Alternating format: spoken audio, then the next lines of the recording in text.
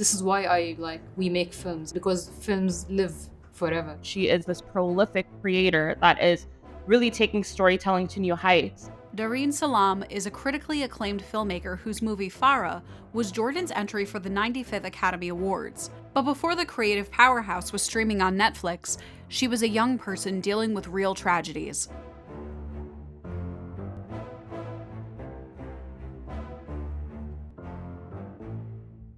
Sallam was born in Kuwait, though her family was originally from Palestine. At the time that she was going to school, the Intifada was happening.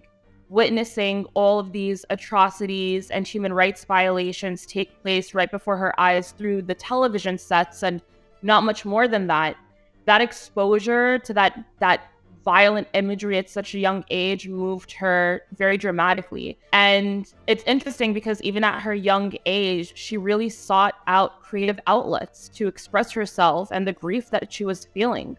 One of the ways that she did that was that she decided to be a little bit rebellious, and she decided to paint these murals on the walls of her school. She did so without permission, obviously, and the murals that she was painting were really just these images that were seared into her mind that she witnessed from the coverage of the Intifada, and even in her own mind's eye of the sadness and the emotional distress that her people were experiencing. Sallam painted images of things she witnessed on TV, such as children hiding behind their parents from gun violence and other difficult scenes. This made some school officials very unhappy. She basically got very artistic in her creative expression in the only way that she knew how. And as we all know, sometimes that doesn't sit well with people who don't want to be exposed to it. The murals that she poured her heart and sweat into in her school were very swiftly painted over entirely by her school administration. On top of that, not only was she admonished, but she was also disciplined by her educators. And it led to her family making the decision to deal with it by sending Darin off to live away from them in Jordan. While being away from her family wasn't easy, Sallam's creativity continued to be an outlet for her into adulthood, eventually becoming her career.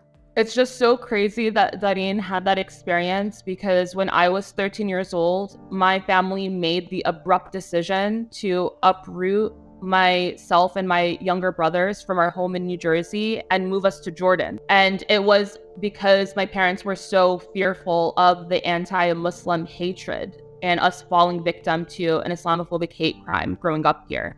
To know that Darin's family also ended up sending her to Jordan because of the alienation that she was experiencing, I think that I can truly feel better than most what she must have had to have felt when she was going through that. Obviously, it is very alienating. Like I said, I think that on top of the emotional alienation that you feel, it's just even more so emphasized by the physical isolation too. And then also having to find community.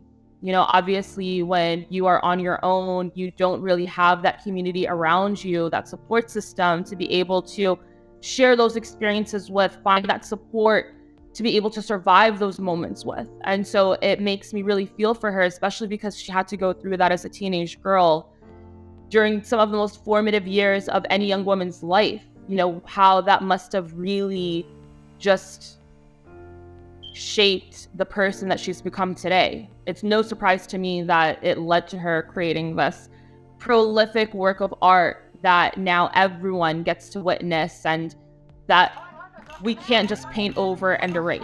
It will be there. It chronicles her voice forever. I think it's very beautiful and symbolic that Darin went from painting murals by hand on whatever wall she could to now painting these scenes through film on today's medium, through streaming platforms, through our screens, our monitors that can reach anybody in any place in the world. You know, like Darin went from being isolated within her local community, within her schoolyard, to now being able to express herself on a universal stage. Part of Darin's legacy, I think, is absolutely the fact that she paved a path for Jordan to have an entryway into all of these international awards, into a global stage for film and art, in a place where We don't really see Middle Eastern media get that level of attention. So I think that she's really opening the doors for a whole new generation of young women and girls and storytellers to really follow in those footsteps and know that there's no limitation.